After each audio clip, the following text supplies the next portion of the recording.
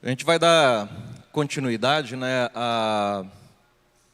ao estudo da Confissão de Westminster, e a gente hoje vai falar um pouquinho do que a Confissão trata sobre igreja, né? É claro que nesse ponto que nós já chegamos na Confissão, nós já temos vários conteúdos que foram dados, né, desde Deus, da criação, da aliança, né, de muita coisa. E tudo isso vai, né, se acumulando e vem justamente trazendo aqui agora para a igreja, né? Nós já vimos os sacramentos, tá? Então isso também faz parte das ordenanças que a igreja tem que cumprir.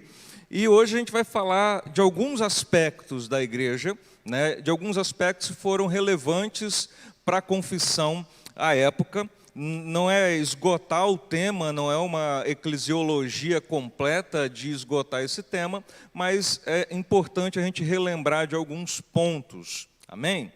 Então, eu vou seguir, são 6 artigos que a confissão traz, espero conseguir falar deles todos, tá? E eu vou seguir os artigos da confissão e conforme a gente vai falando dos artigos, a gente vai falando dos aspectos ali que são trazidos a gente, tá? Então, na confissão, esse daqui é o capítulo 25, desde quando a gente já começou, né? Já tem um bom tempo que estamos estudando a confissão, praticamente um curso de teologia reformada, essa confissão estudando todos os pontos, tá? E espero aí que a gente discuta um pouquinho e medite um pouquinho sobre o que é a igreja, a função dela e o que ela realmente tem que fazer nesse mundo, tá? Então, primeiro ponto aí, né, da confissão de Westminster, se você pode acompanhar, ele fala o seguinte: a igreja católica ou universal, que é invisível, consiste do número total dos eleitos que já foram, dos que agora são e dos que ainda serão reunidos em um só corpo, sob Cristo, sua cabeça. É sua cabeça, saiu errado lá, seu cabeça. Sua cabeça. Ela é a esposa, o corpo, a plenitude daquele que cumpre tudo em todas as coisas.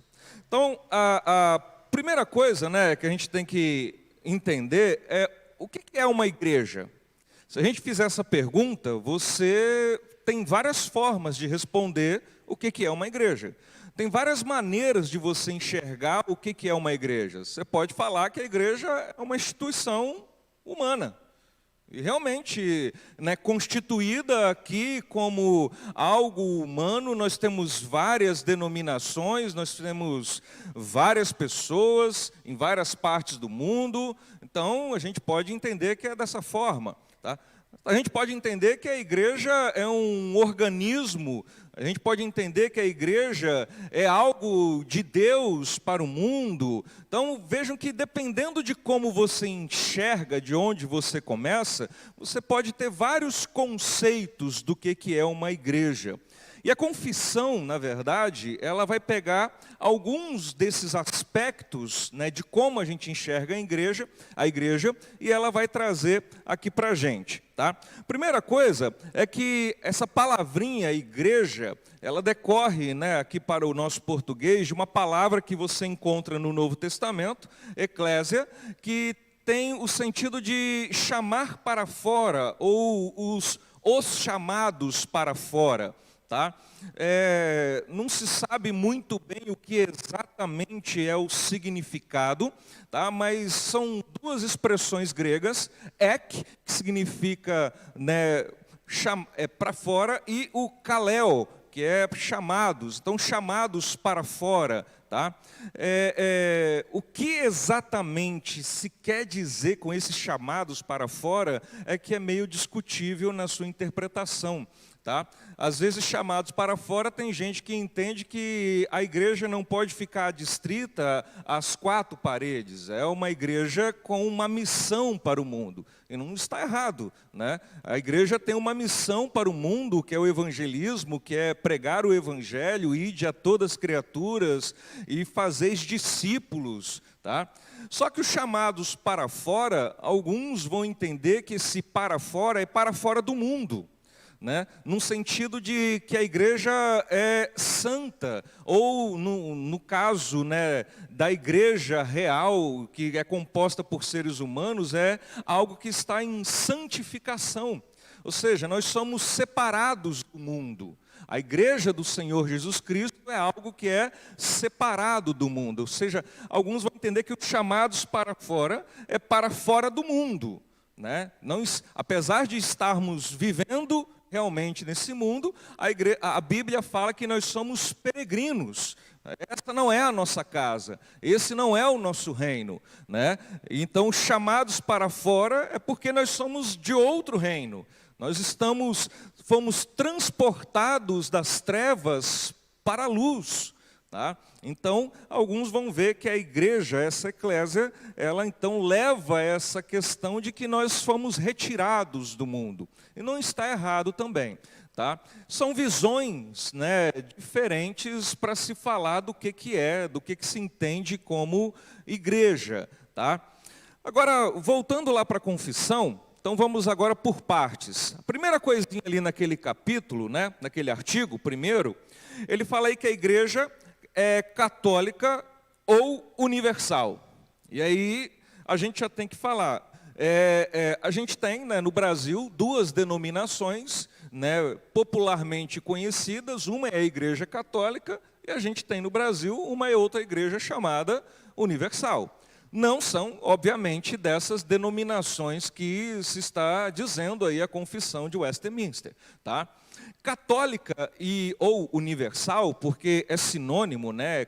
Católico é sinônimo de universal, é a mesma coisa essa palavra, só que essa palavra católico, na nossa tradição, né, na nossa cultura, ela ficou adstrita a uma determinada denominação, né, que é a Igreja Católica Apostólica Romana, tá? É claro, a gente entende e concorda que existe igreja, a gente entende que a igreja tem que ser católica, a gente concorda que a igreja também tem que ser apostólica. O que a gente discorda no protestantismo é que a igreja seja romana, tá? Que Roma seja o centro da igreja e que o papado seja o líder desse centro da igreja, tá? Então, isso daí é o nosso ponto de discordância, tá? Então, houve uma discussão no Credo de Nicéia, e no Credo de Nicéia foi apontado 4 marcas de uma igreja, né? E um desses pontos era que a igreja era católica, tá? Se você olhar um pouquinho antes, o Credo Apostólico, né? Ele coloca lá, eu creio na igreja católica, tá? Que os protestantes depois alteraram e colocaram assim, eu creio na igreja universal, né? Para não parecer com o catolicismo romano, tá? Então, a questão é que nossa cultura, quando fala igreja católica, a gente logo é remetido para a igreja romana, a igreja do Papa, certo? Só que não é desse católico que nós estamos falando. Católico aqui é no sentido mesmo de universal, abrange todas as tribos, todas as raças, todas as nações e povos. É que o evangelho e a igreja, ela não está adstrita a uma determinada nação, como era no Antigo Testamento. Mas a igreja em Cristo Jesus, ela é para todos os povos, para todas as tribos, para todas as línguas, tá? Então, aqui a gente vê o catolicismo, a universalidade da igreja, no sentido de que a igreja é para toda a humanidade, indistintamente. E aí eu só quero alertar, é para toda a humanidade, não quer dizer que toda a humanidade será salva, tá? Não é desse universalismo que a gente está falando. É no sentido de que o evangelho pregado, ele tem que ser pregado e alcança não só os judeus, ele alcança todas as nações, alcança todos os povos, é para todos, tá? Então, a gente tem hoje, existe igreja verdadeira de Cristo lá no Irã? Deve existir, né? A gente talvez não sabe, mas é provável que exista algum crente lá, né, em Cristo Jesus. Lá na Rússia, Vejam que se você for, provavelmente em cada país, você vai encontrar, né, alguém que professe a Cristo como seu Senhor. É essa universalidade que nós estamos aqui falando, é dessa catolicidade que a confissão de fé está falando, e não apenas de um povo restrito, ou não apenas de uma denominação religiosa, tá? E é esse ponto que a gente vai também discordar da Igreja Católica Apostólica Romana, porque eles se levantam como sendo a única denominação, né, verdadeira da Igreja verdadeira, e todos aqueles que não estão nela não serão salvos. Inclusive, um dogma da Igreja Romana é que a salvação vem da Igreja e não de Cristo, né? A salvação vem da igreja, ou seja, você tem que estar na igreja para você ser salvo.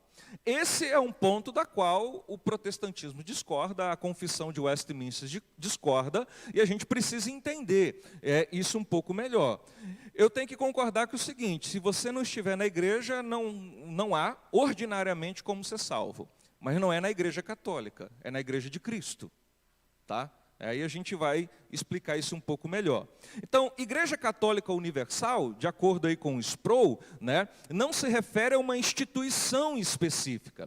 Ela se refere à Igreja de Jesus Cristo, que inclui todas as nações, tribos e povos.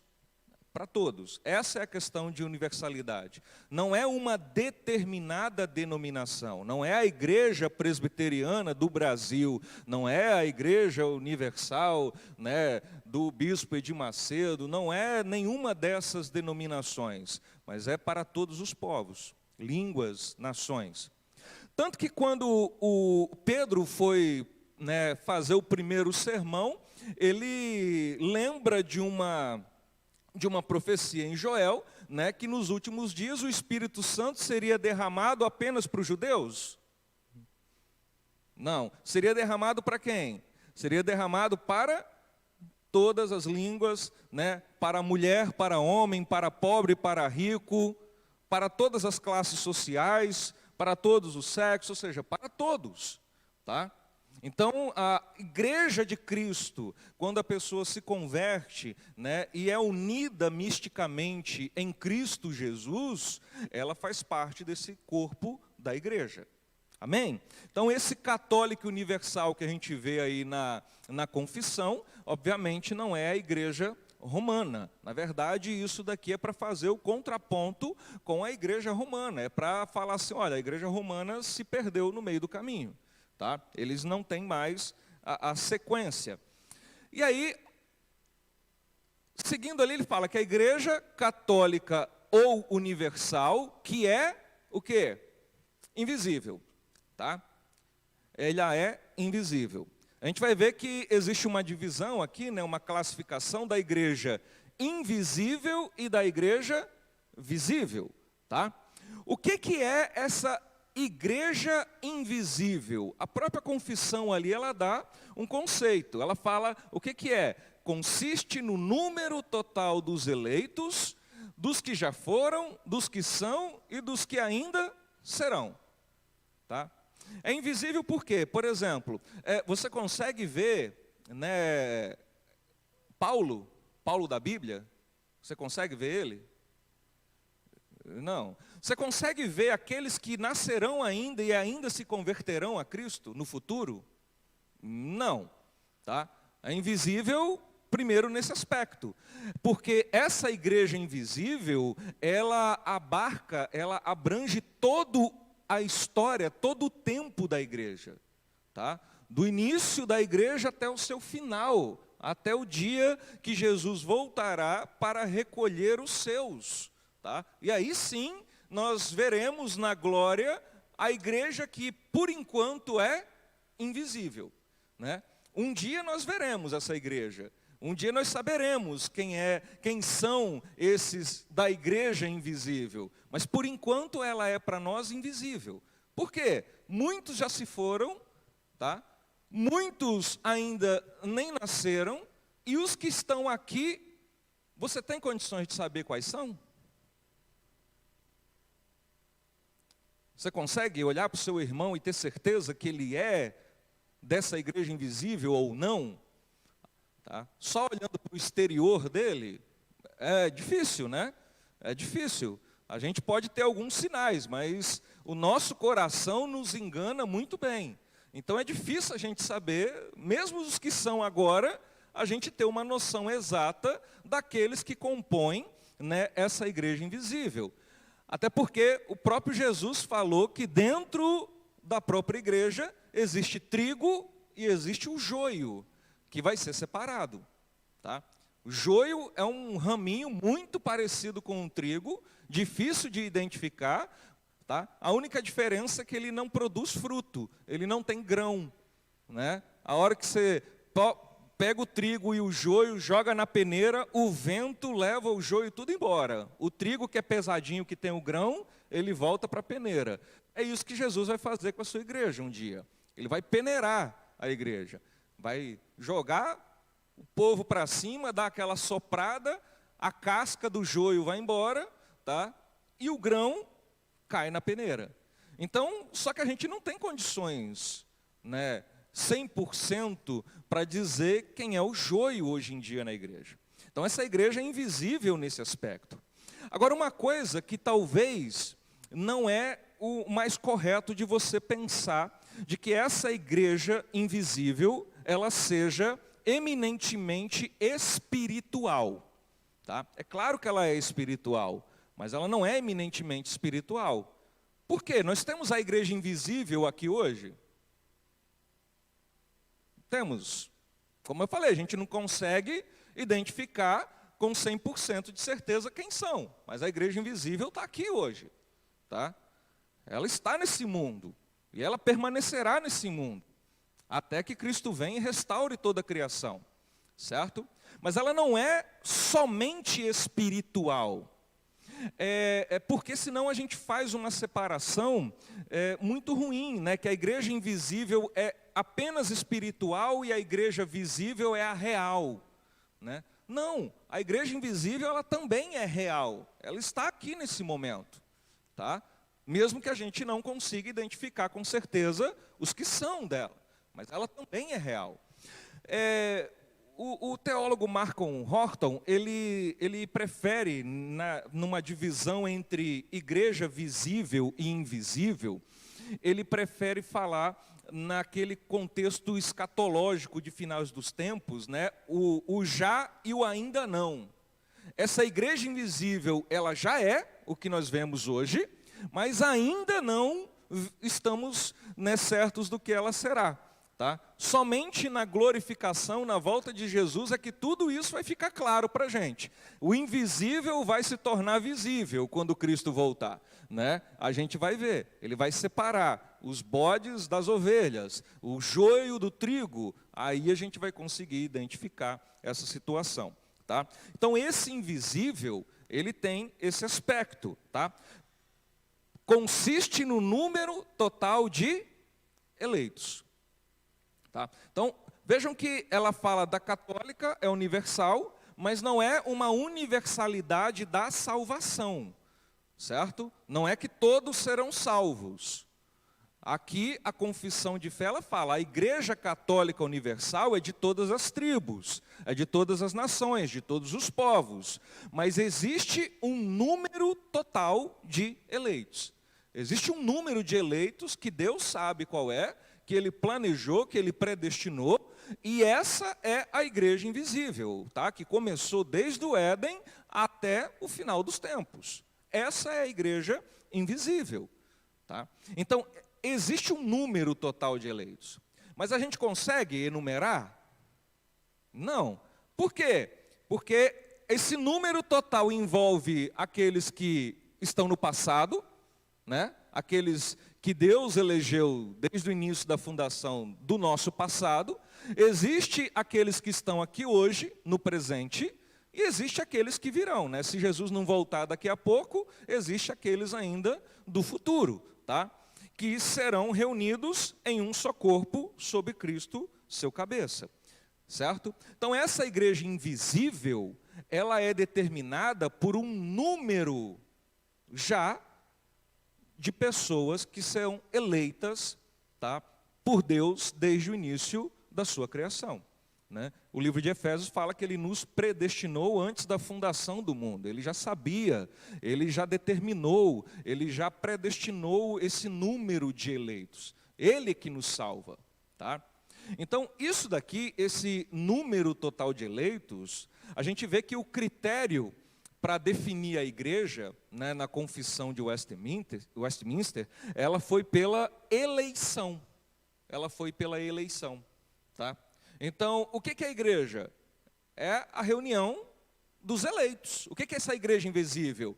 É a reunião do número dos eleitos em Cristo Jesus. Tá? Essa é a igreja invisível. São os eleitos por Deus, reunidos em um só corpo em Cristo Jesus. Tá? Em Cristo Jesus. Ok? Só que a confissão, voltando... A confissão, ela continua ali. Igreja invisível consiste no número total dos eleitos que já foram, dos que agora são, dos que ainda serão reunidos. Reunidos em quê? Em um só corpo, sob Cristo, seu cabeça, ou sua cabeça, tá? Seu cabeça. Então vejam que a gente leu aqui no início, né, que a igreja de Cristo, Paulo usa uma metáfora, né, que ele usa uma metáfora de que a igreja de Cristo é como se fosse um corpo, certo? É como se fosse um corpo.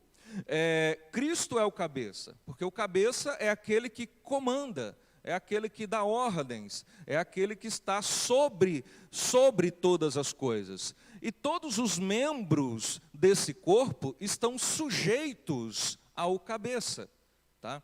Então, quando coloca aqui, primeiro, que essa igreja invisível é reunida em um corpo, tá? Reunida em um corpo, vejam bem, a confissão de fé, ela está falando que a igreja é Cristo.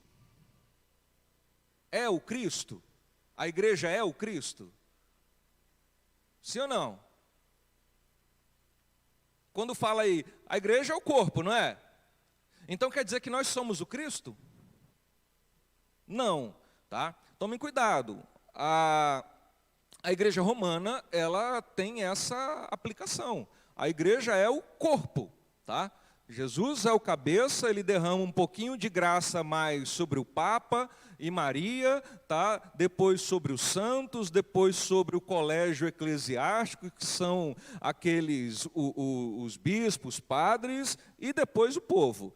É por isso que nós vemos na igreja romana uma hierarquia, né? Uma hierarquia. E daí que eles falam que a salvação só pode vir para a igreja, porque somente a igreja romana é que tem esse acesso direto com Cristo através do Papa, que derrama para os outros e por aí vai.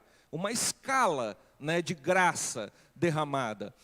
Só que nós entendemos, e a Bíblia nos mostra isso, que não é dessa forma. A cabeça, o comando é Cristo, e nós estamos inseridos em um corpo.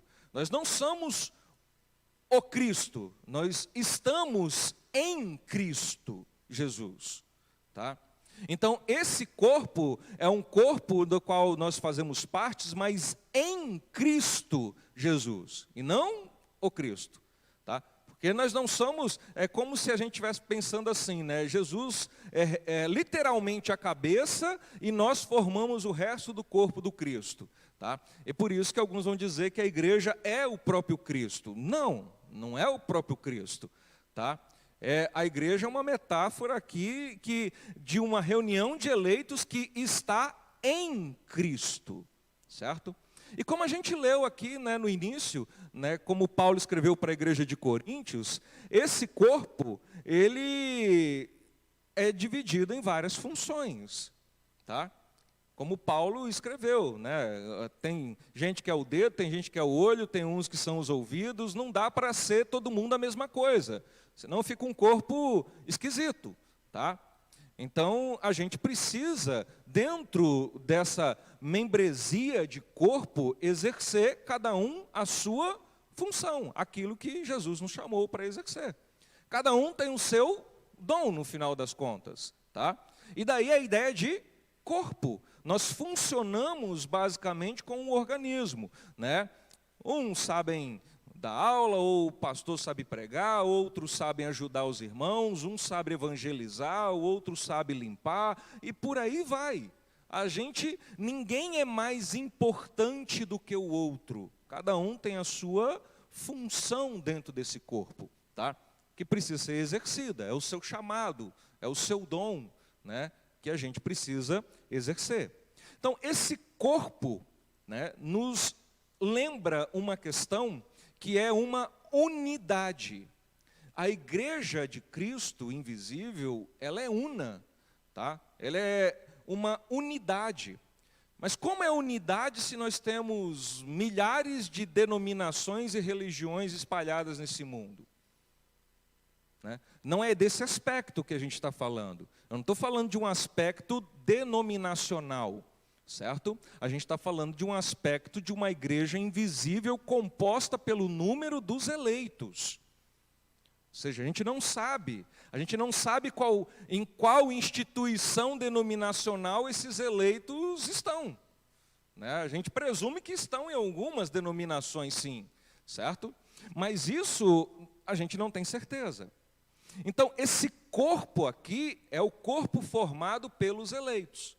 Cada um eleito de nós é como se fosse um tijolinho, uma célula desse corpo, tá?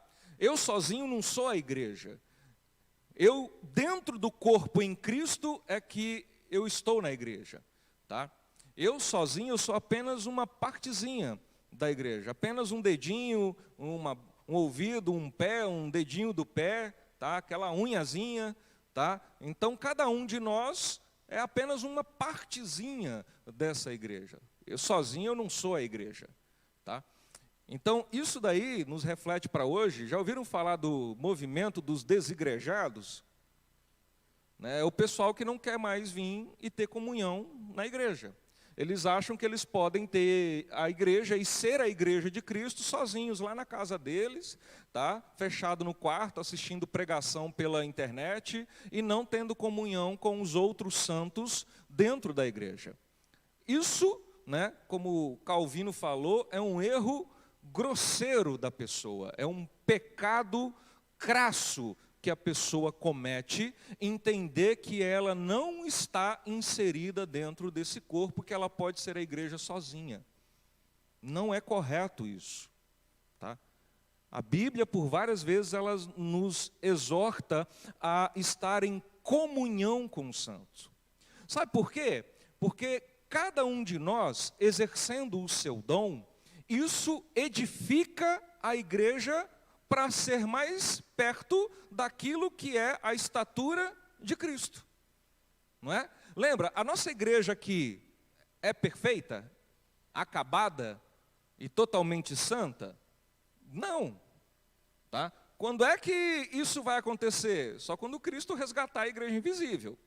Aí ela vai ser sem mácula, sem ruga, adornada para o seu noivo. Tá? Mas até lá, nós estamos num processo de santificação, e nesse processo de santificação, o que nos ajuda também a santificar é justamente a comunhão com os santos. Porque quando eu tenho comunhão aqui na igreja, né, nesse corpo com os meus irmãos, né, eu vou ser exortado, eu vou ter conselhos, tá? Eu vou ter uma palavra de ânimo, eu vou ter oração, tá? Agora, sozinho, como é que faz? Né? A igreja Wi-Fi, né? Não tem ninguém. A pandemia mostrou que até a Santa Ceia era feito, né, a Santa Ceia online, tá? Então, assim, e a pandemia, na verdade, revelou muita gente que gostava de ficar em casa e continuou em casa até hoje, né? Tem gente que não saiu de casa até hoje, tá? Tá lá, o movimento dos desigrejados, que eles acham que não precisam de igreja. É errado, infelizmente, esse pensamento. É errado. Precisamos dessa comunhão. Crescemos como um corpo à medida que nós nos relacionamos. Porque eu preciso do outro irmão para me falar onde está, às vezes, eu errando. Eu preciso do outro irmão para me orientar. Eu preciso do outro irmão para falar. Entendeu? Porque a gente sabe, né? Se deixar só por nós mesmos, deixar a nossa conta, né, a gente vira um ser humano bem esquisito. Né? A soberba, o orgulho costuma vir de cara, certo? A gente acha que não precisa mais de ninguém, que eu sou o certo, está tudo bem e vamos em frente. Não é assim. Não é assim. Então, é um corpo. Essa igreja invisível é um corpo. E aí que é o mais importante, que é uma das grandes coisas que nos diferencia da igreja romana. É um corpo que está sob Cristo, abaixo de Cristo. Tá? Porque a igreja romana, ela está sob o Papa, abaixo do Papa. Não é o nosso caso. Nós temos liderança e precisamos de liderança. Mas a liderança da nossa igreja, ela também está sob Cristo Jesus, abaixo de Cristo. Ninguém é acima do outro. Todos nós estamos abaixo de Cristo, que é a cabeça dessa igreja. Tá? É Ele que é o líder. Então, se você olhar ali, ó, vamos abrir lá em Colossenses 1, Colossenses 1, 18. Lê aí comigo, o que diz? Ele é...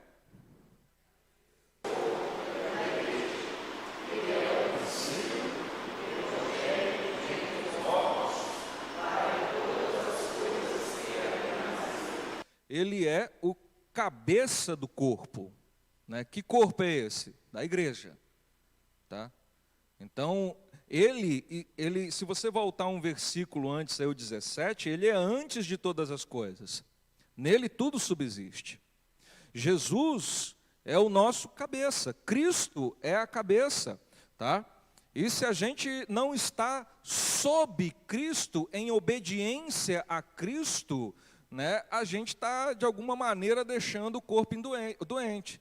Se você é aquela unhazinha do corpo e está em desobediência a Cristo, provavelmente vai ser aquela unhazinha encravada, né, nesse corpo. Vai estar doendo em algum lugar. Tá? Então, a obediência em Cristo, que é esse cabeça, é para tudo que está abaixo. Ele é o cabeça. É Ele que manda. A igreja é dele. Tá? Ele conquistou esse número de eleitos na cruz. É Ele que conquistou isso na cruz. Não fomos nós que queremos ser e fizemos a igreja. Tá? Então isso é muito importante. Quando eles falam da igreja, né, e vão atacar a igreja, normalmente eles atacam a igreja instituição. Mas a igreja de Cristo, ela é sem mácula, sem ruga, santa, una, um corpo. Tá? Guiada e controlada pelo Cristo, tá? Conquistada por Cristo na cruz. Essa é a igreja, foi Cristo que conquistou. Não fomos nós que pensamos um dia, o ser humano que pensou um dia assim, vamos fazer uma igreja? Vamos botar alguém para ser adorado? Não é isso. Essa igreja, ela foi conquistada e criada por Cristo. Tá? Aí vem a pergunta, né? Quando é que a igreja surgiu?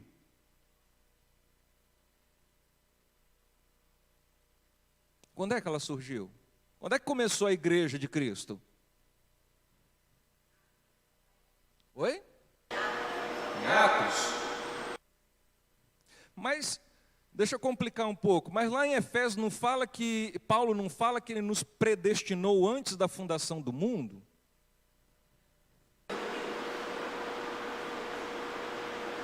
Mas não era reunido o povo de Israel?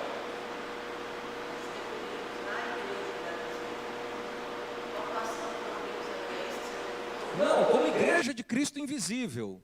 Tá? A igreja invisível.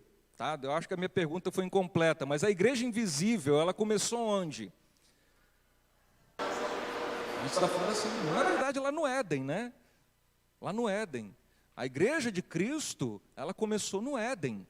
Tá? Ela não começou em Atos, ela não começou lá em Constantinopla, quando ela se tornou uma igreja oficial, né, no Império. Ela começou no Éden. Essa é a igreja de Cristo, conquistada desde a fundação do mundo. E na plenitude dos tempos, ela se manifesta, né, como a gente vê hoje. Aí sim, ela se manifesta na plenitude dos tempos, certo? Então essa igreja, ela é algo que é de Cristo. Isso é importante a gente lembrar. Ela está sob Cristo, não está sob o poder de um homem. Nenhum homem tem autoridade suficiente para dizer o que a igreja invisível de Cristo deve ou não fazer. Nenhum homem tem essa autoridade, tá? Só que aí ele continua, né, esse capítulo 1. Essa igreja, né, ela e a igreja é a esposa, é o corpo e é a plenitude daquele que cumpre tudo em todas as coisas. Olha lá Apocalipse 21. Apocalipse 21, versículo 9. O apóstolo João, ele está falando aqui da visão da nova Jerusalém que ele teve, né? E ele fala aí, então veio um dos 7 anjos que tem as 7 taças cheias dos últimos 7 flagelos e falou comigo dizendo, vem, mostrar-te-ei a noiva, a esposa do Cordeiro. Então essa é uma figura usada para a igreja, tá? A igreja também é tratada como se fosse a esposa de Cristo, né? A noiva de Cristo, a esposa de Cristo, certo? É interessante que Paulo, em uma das suas cartas, ele está escrevendo sobre matrimônio, aí no finalzinho ele fala, mas eu não estou falando na verdade daqui, eu estou falando de um mistério que existe entre a igreja e Cristo. A relação de Cristo com a igreja é como se fosse uma relação de matrimônio, entre esposa e esposo, esposa e marido, tá? É uma figura também. Aí a gente volta para a criação, né? Que o homem é o cabeça e que a mulher está sobre uma submissão, é a auxiliadora idônea. Desde o início do Éden, tá? Quando Deus cria o homem e mulher, isso já era um reflexo do relacionamento entre Cristo e a sua igreja. Nós somos, a igreja invisível de Cristo, é a auxiliadora de Cristo nessa missão. É a auxiliadora de Cristo nessa missão. Tá? E estamos abaixo, submissos ao que Cristo diz. Essa é a ideia, né? Nós vimos aí já em Colossenses que é o corpo, tá? E também, abre lá em Efésios, capítulo 1, que a igreja é a plenitude de Cristo. Efésios capítulo 1, versículo 22 e 23. Lê aí comigo. E pôs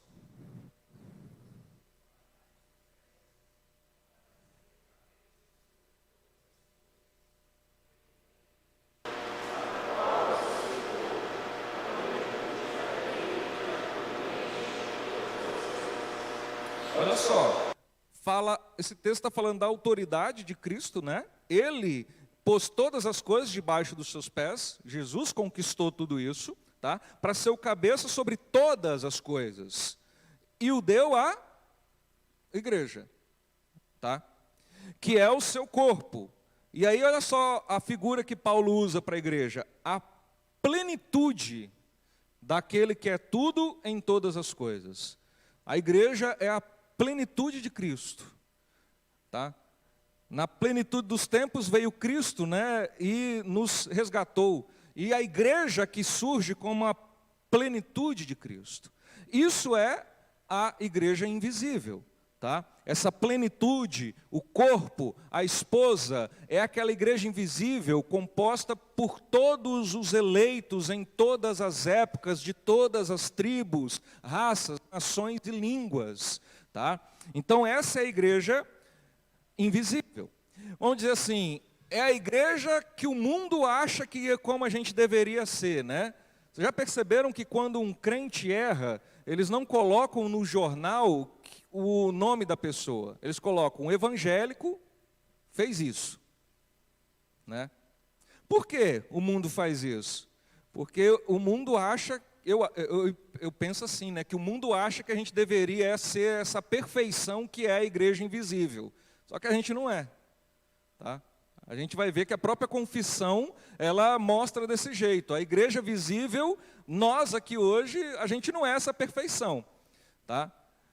Só que tem alguns que parece que se colocam tanto nessa perfeição que quando escorrega, o mundo não perdoa, né? O diabo não perdoa, ele vai crucificar, ele vai colocar evangélico, faz isso, isso e assim assado. Nem fala o nome às vezes, né? Mas é evangélico, tá? Então assim, e está todo mundo dentro disso daí. Segundo ponto aí, tá? Aqui já muda para a igreja visível, né? A igreja visível, que também é católica e universal, sob o evangelho, não sendo restrita a uma nação como antes sob a lei, consiste de todos aqueles que, pelo mundo inteiro, professam a verdadeira religião, juntamente com os seus filhos. É o reino do Senhor Jesus Cristo, a casa da família de Deus, fora da qual não há possibilidade ordinária de salvação.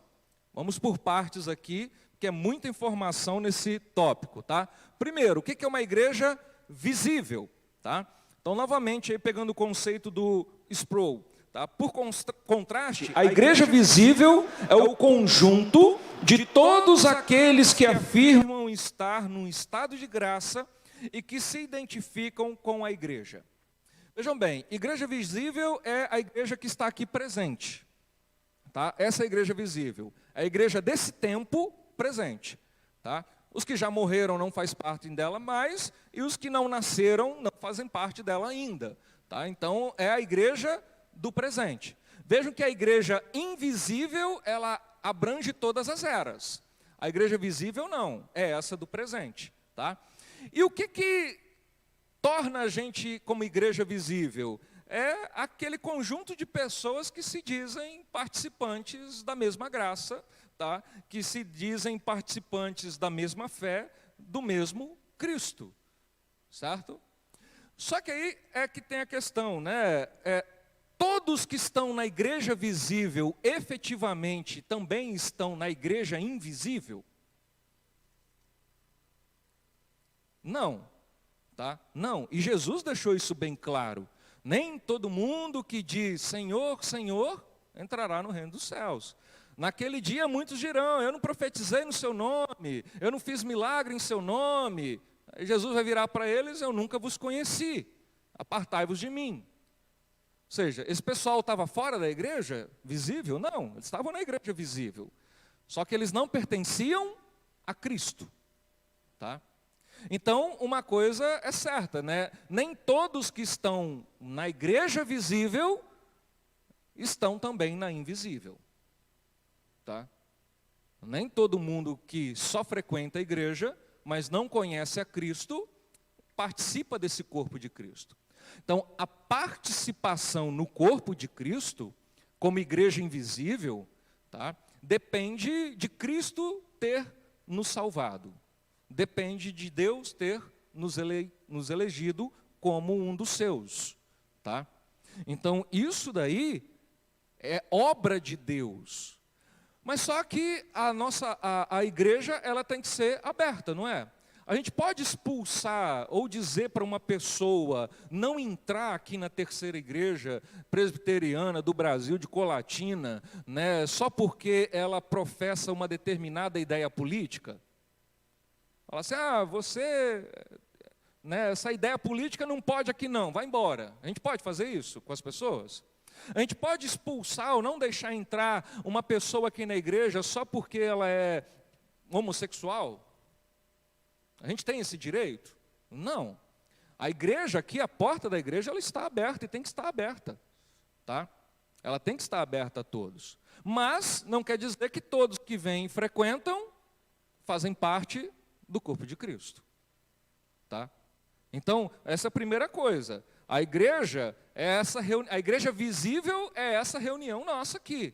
Em todos os lugares do mundo existem denominações que se reúnem para cultuar em nome de Cristo, uma fé sob o Evangelho. Essa é a igreja visível. Mas todos esses que estão cultuando, dizendo que pertence a Cristo, realmente pertence a Cristo, estão na igreja invisível? Não. tá? Não estão.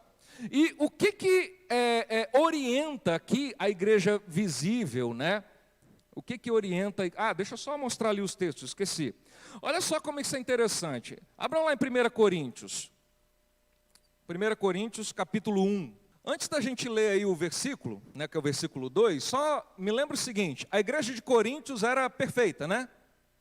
Tinha problema? Não tinha problema nenhum, né? Pessoal top, né? Não tinha nenhum problema, ninguém brigava com o outro, não tinha imoralidade. Não. Se você for ver aí o que Paulo começa a orientar a igreja de Coríntios, você fala assim, nossa, nem parece ser igreja esse negócio aí. Tá? Imoralidade, briga entre eles, o pessoal discutindo, tá? Era uma igreja terrível, uma igreja imatura, que Paulo fala que eles eram imaturos. Mas olha como Paulo começa a carta para a igreja de Coríntios. Olha aí o versículo 2. A igreja de Deus que está em Corinto, aos santificados em Cristo Jesus, chamados para ser santos, com todos os que em todo lugar invocam o nome do nosso Senhor Jesus Cristo, nosso Senhor Jesus Cristo, Senhor deles e nosso. Tá? Olha só, apesar de todos os problemas da igreja de Corinto, como é que Paulo chama eles? A igreja de Deus, aos santos de Corinto, aqueles que são em Cristo Jesus, né? É claro, ele estava falando de todas as pessoas da igreja de Corinto? Provavelmente não. Ele estava falando de uma igreja invisível, mas o que a gente sabia é que aquela igreja, ela é chamada por Deus, era de Deus, mas os membros não refletiam essa santidade, né, para tudo. Esse era um problema, né? Mas apesar de todos os problemas da igreja de Corinto, ela era a igreja de quem? Era a igreja de Deus. Aqueles que estavam sendo santificados, né? Que eles foram chamados para ser santos. Eles foram chamados para ser santos, ou seja, era um processo de santificação que eles estavam vivendo. Tá? Então vejam aí que Paulo, né, apesar de todos os problemas da igreja de Corinto, e aí você vai ver que ele fala, é a igreja de Deus. Tá? E ele vai mais longe, né? É a igreja de Deus juntamente com todos aqueles outros em outros lugares que invocam o nome de Jesus Cristo. Então veja que Paulo ele fala, não só Corinto é a igreja de Deus, mas em todos os outros lugares que também vão invocar o nome de Cristo. Microfone ali para o presbítero Samuel.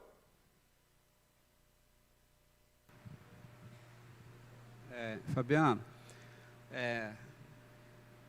o que acontece? O texto usado aqui, de Coríntios, que acabamos de ler aqui, fala que eles foram chamados para ser santo. Então nós vemos que você falou sobre Cristo como cabeça da igreja, né? Ele que comanda a sua igreja, ele que sustenta a igreja. E se a igreja existe, é por causa dele. E o que acontece? Como todos já conhecem o texto, lá em Gênesis, fala que antes da queda, o casal ali, eles manifestavam a glória de Deus. Existia brilho neles, né? Eles falavam com Deus, né? E não tinha nada assim que impedia com que eles tivessem aquela comunhão com Deus. Mas como nós sabemos que foi deturpada essa comunhão, né? Aquele estado que eles viviam. E depois da queda, aí entra o plano redentor, né, de Deus. O que acontece? Só que as coisas não ficou assim. O povo de Deus em si não ficou a ver navios. Deus continuou sustentando a sua igreja. Como você bem disse antes aí, você falou sobre santificação. É através da santificação que a igreja é mantida. E essa é a vontade de Deus. Ele é o principal, né, Cristo, em toda essa história. Claro, a santificação é uma responsabilidade nossa também, né? Como sabemos, está incluído na doutrina, né? O que nós aprendemos até hoje. Mas Deus, ele é o principal nessa obra, né? Aí, por que é necessário a santificação? Por que a igreja precisa se santificar? Por que o indivíduo, cada um particularmente, é necessário a sua santificação? Porque o que acontece? O texto mesmo usado aqui fala que, aí a gente fala sobre o velho homem, né? Tem que ser mortificado, né? Porque algo novo aconteceu na nossa vida, foi implantado algo novo na nossa vida. O texto que você usou aí que fala assim, que Deus o deu à igreja. Ele nos deu isso aí. Ele nos deu o Espírito Santo. É Ele que nos deu. Então há a participação. Então o que acontece? Enquanto a gente viver nesse mundo aqui, a gente pode ver, a idade que for, ele vai viver o tempo todo se santo. Ele tem que santificar. É algo primordial. Então eu acho que uma coisa que tem que ficar bem certa na vida de cada crente, né? Eu acho que sou o primeiro da fila, né? É isso aí, a santificação. Com o indivíduo que não se santifica, que ele não consegue enxergar aquilo que é errado, não, isso aqui não está certo, eu acho que isso aqui contraria a vontade do meu Deus, eu preciso abandonar isso, ele tem que ver quem é ele no corpo, né? Então o texto fala assim de algo novo, irrecipiente, velho, né? Um corpo sujeito à corrupção, mas há algo novo dentro dele, para manter, né, o equilíbrio. A igreja, num mundo quebrado, velho, despedaçado, pós-queda, mas no plano redentivo nós vemos que há algo novo, a igreja aí. Então está sendo mantida, né? Está sendo mantida. Nós vemos Cristo falando assim: vós sois o sal da terra, vós sois a luz do mundo. Está sendo mantida. Então é responsabilidade de nós dar testemunho. A igreja precisa dar testemunho, porque ela está inserida num mundo quebrado, num mundo velho, né? Eu me lembro muito quando nós não temos aqui assim, a mocidade assim, organizada assim, na igreja, mas tinha um hino da mocidade que se cantavam muito, né? O mundo muda, mas Cristo não. Importa que nós pregamos a salvação. Quer dizer, o mundo muda toda hora, né? Mas a palavra de Deus não, ela permanece para sempre. Então eu achei interessante essa colocação sua aí, porque tem que ser firme. E assim, a igreja invisível de Deus, ela é santa? A invisível, ela é santa? Santa. A igreja visível, ela é santa? Ela está em santificação, né? Ela está em santificação. A igreja invisível, a igreja de Cristo, aquela lá dos eleitos que, né, é para o futuro, aquela é santa, imaculada, né? Adornada para o Cordeiro, para o seu noivo. Agora, a nossa está em santificação. E essa santificação, isso é importante, ela é feita primeiro, individualmente, cada um de nós, tá? E esse conjunto de nós aqui se santificando, ou buscando a nossa santificação, é o que mostra para o mundo que essa igreja pertence a Cristo. Essa é uma marca, né? Essa é uma marca. Apesar, como a igreja de Corinto, apesar de todos os nossos problemas, apesar de todos os nossos pecados, tá? A santificação, ela vai nos dar essa marca. Agora, o que controla essa igreja visível? É claro, Jesus é o cabeça, mas a gente tem algo que nos controla aqui. Essa igreja visível, ela está sob o Evangelho. E essa é uma marca para a gente reconhecer as verdadeiras igrejas. São aquelas que professam e têm como regra de prática e fé o Evangelho. A palavra de Deus, né? voltando para a santificação, né? Santificar é o quê? É você ler a palavra, se adequar a ela, obedecer na sua vida prática. Essa é a nossa santificação, tá? Então, Jesus, quando ora, ele fala, santifica-os na palavra. Então, sob o Evangelho, não estamos sob liderança ou sobre orientação de nada além da nossa regra de fé e de prática, que é a palavra de Deus, tá? Então, quando você começa a ver assim, certas denominações que seguem, que eles falam assim, não, a gente tem a Bíblia, mas aí você vai ver na prática, eles não seguem a Bíblia, eles seguem o sonho que não sei quem teve, sei lá, né, a revelação de não sei o que lá, tá? Isso daí é para a gente já desconfiar, né, de que não... E a gente tem que tomar muito cuidado, né? Ao invés de sair julgando as denominações, né? Talvez eles tenham caído em algum erro. E eles precisam corrigir. Tá? Mas essa é uma marca da igreja, que é a igreja de Cristo, está sob o Evangelho. Tá? E aí continua, não sendo restrita a uma nação, como era antes na lei. Quem era o representativo, a tipificação da igreja antes na lei? Era o povo de Israel. Mas aí que é interessante, desde o Antigo Testamento, a igreja já era universal. Mesmo Deus tendo estabelecido Israel como sendo representante. Por quê? Um estrangeiro, ele podia fazer parte da nação de Israel? E adorar o Deus de Israel, se ele quisesse? Ele podia.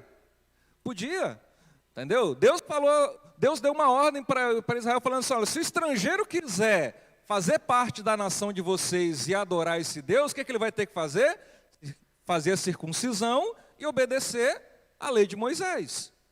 Então vejam que Deus não tinha restringido a comunhão dele no Antigo Testamento só para Israel. O estrangeiro que se convertia a esse Deus, ele podia também participar, mas ele tinha que fazer parte da nação de Israel. E o sinal era o quê? A circuncisão. Ele tinha que fazer. Aí ele podia adorar o Deus de Israel. O Deus de Abraão, o Deus de Isaac, de Jacó, ele podia fazer essa adoração. Tá? Então a igreja visível, como diz aí, é uma nação, e ela consiste o quê? Consiste em todos aqueles pelo mundo inteiro que professam a verdadeira religião. Como é que a gente vai identificar essa verdadeira religião? Uma das maneiras é a gente ver o que está sendo falado. É a regra de fé e de prática. Tá? É a palavra de Deus. Tá? Juntamente com os seus filhos. Né? Porque a gente sabe, a promessa não é só para mim que se convertir, é para minha casa, é para os meus filhos. Né? E daí, isso tudo por causa da nossa teologia, que é uma teologia da aliança. Né? Nós somos aliançados, Deus fez uma aliança, não só comigo, mas com a minha família, com a minha casa. Por isso que batizamos crianças, por causa dessa aliança. Tá? E ela também está inserida na igreja visível. Essa igreja visível, ela é o reino do Senhor Jesus Cristo. Tá? Olha aí novamente, Colossenses 1, versículo 13. Esse é um dos conceitos para reino do Senhor. A igreja é o reino do Senhor. Ainda não é o reino perfeito, mas é o reino sendo implantado. Então fala aí que Ele nos libertou do império das trevas e nos fez o quê? Transportou para o reino do seu Filho, do Filho do seu amor. Né? O reino do Filho do seu amor. Então vejam que a igreja aqui, ela é o reino de Jesus Cristo. Tá? É a casa da família de Deus. Olha aí, Efésios,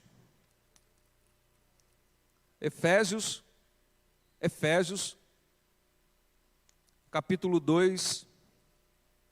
Eu achei que eu ia falar dos 6 tópicos, mas só vai ficar nos 2 mesmo. Efésios capítulo 2, versículo 19. Edificado sobre o fundamento dos apóstolos e profetas, sendo ele mesmo Cristo, estou lendo o versículo errado. Assim, versículo 19, assim já não sois estrangeiros e peregrinos, mas concidadãos dos santos e sois da família de Deus. Olha que tremendo isso daí, né? A gente já não é mais considerado um estrangeiro e um peregrino. Nós temos uma casa, nós temos uma família, né? Nós temos um reino, né, do qual nós somos cidadãos, não desse mundo, né? Mas a gente tem um reino. E nós somos aqueles fora da qual não há possibilidade ordinária de salvação. Isso daqui é importante a gente entender, tá? Abra aí comigo em Mateus,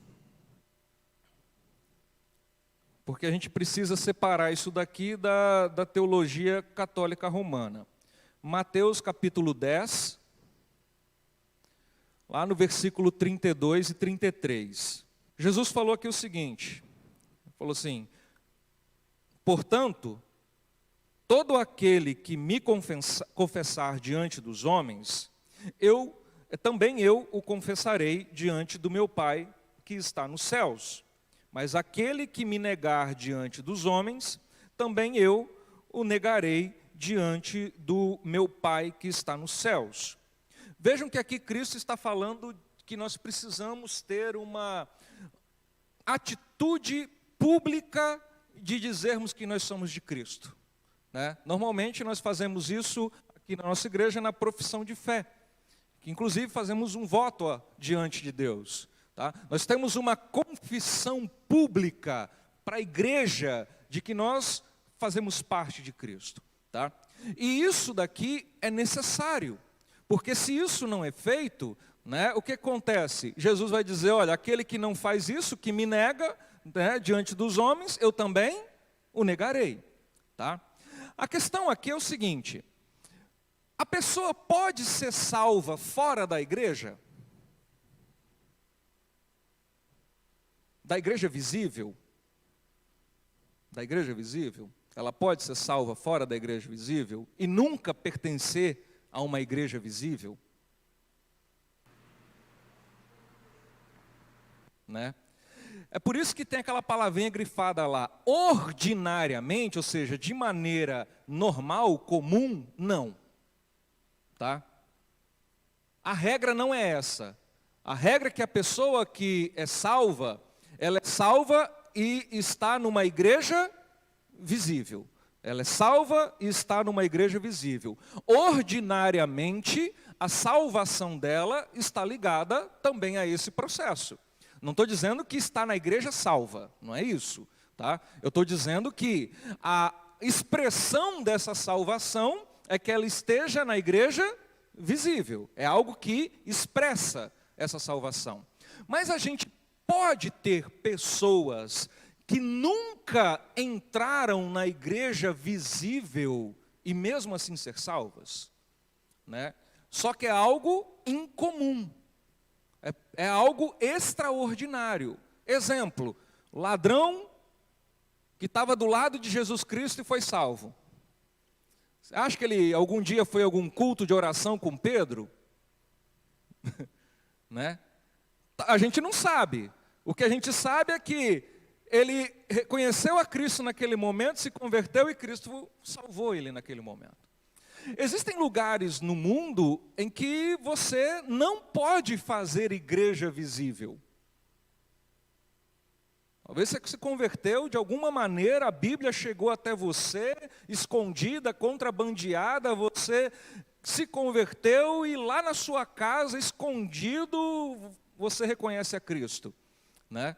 Ou seja, essa pessoa não fazia parte da igreja visível, mas ela fazia parte de uma igreja invisível, a igreja de Cristo. Sara?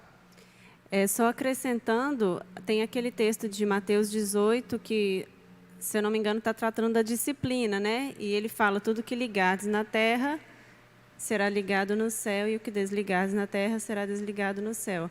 Acho que é um complemento desse texto que a gente leu, né? Que mostra que ordinariamente quem está ligado na igreja visível está ligado na igreja invisível, assim, via de regra, né? Isso. Mas isso daqui é um contraponto contra a igreja católica romana, tá? Por quê? Um dogma do catecismo da igreja romana é dizer o quê? Não há salvação fora da igreja. Só que o fora da igreja deles é fora da igreja católica romana. Ou seja, fora da igreja católica romana não há salvação. Ou seja, nesse contexto, todos nós estamos perdidos. Todos nós fomos condenados, perdidos. Tá? Então, por quê? Porque a salvação é você estar na igreja, só que na igreja católica romana. Aqui o protestantismo ele falou, não, isso não está certo. A salvação é você estar na igreja, mas na igreja composta por todos, e não relativa a uma determinada denominação ou instituição. Tá? Mas só que pode... Então essa é a regra comum, né? A gente fazer parte da igreja visível quando estamos na nossa salvação. Essa é a regra comum. Tá? Extraordinariamente, a gente pode ter casos excepcionais de pessoas que nunca fizeram parte de uma igreja visível, tá? E mesmo assim ter a sua salvação, certo? Mas o ponto aqui que o catecismo vem rebater é justamente esse ponto do catolicismo, tá? De que para o catolicismo só existe o catolicismo romano, né? Só para ficar claro, o catolicismo romano só existe salvação se você estiver lá dentro. Outras denominações após isso também pregam isso. Existem outras seitas aí, né, que elas vão dizer a mesma coisa. Ó, se você não fizer parte desse grupo, você vai para o inferno. Tá? Por exemplo, o islamismo. Se você não for do Islã, você é pagão e merece o inferno.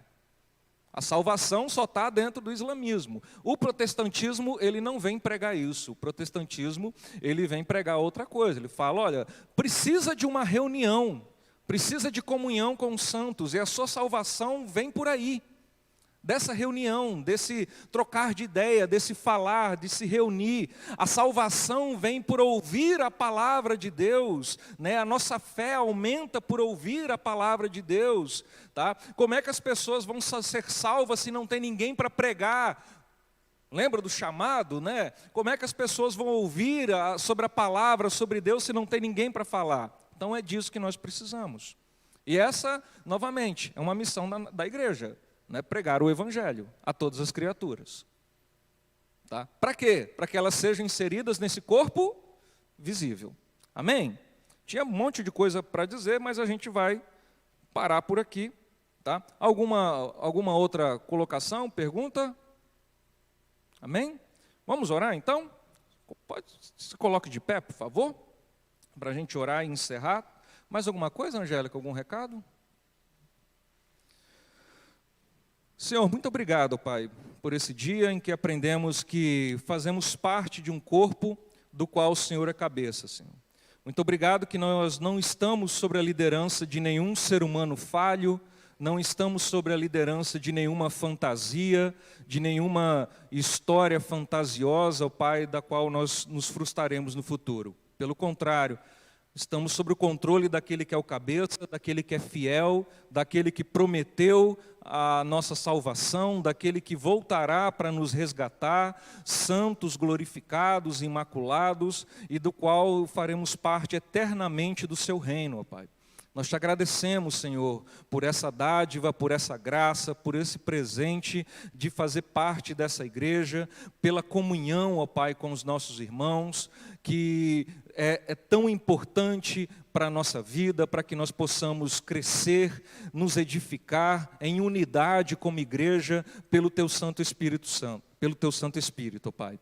Nós agradecemos por esse dia, agradecemos pela Tua Palavra, que a Tua Palavra ilumine o nosso coração, ó Pai, que ao invés de sermos julgadores de outras denominações, nós possamos orar por elas, para que elas se convertam a Cristo Jesus, que tenham a Palavra de Deus como a sua regra de fé e prática, Senhor.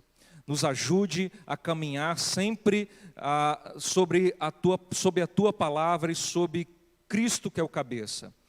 Pai, nos livra de toda heresia, ó Pai, nos livra de tudo aquilo que o mundo tem inserido dentro da sua igreja visível, ó Pai, que nós possamos estar sempre procurando a nossa santificação, como indivíduos desse corpo e como membros desse corpo que é essa igreja aqui também, Senhor. nos ajude, ó Pai, nos fortaleça em fé e fé para que possamos caminhar até a nossa vitória, que é a nossa eternidade contigo, Senhor. Em nome de Jesus que nós oramos. Amém.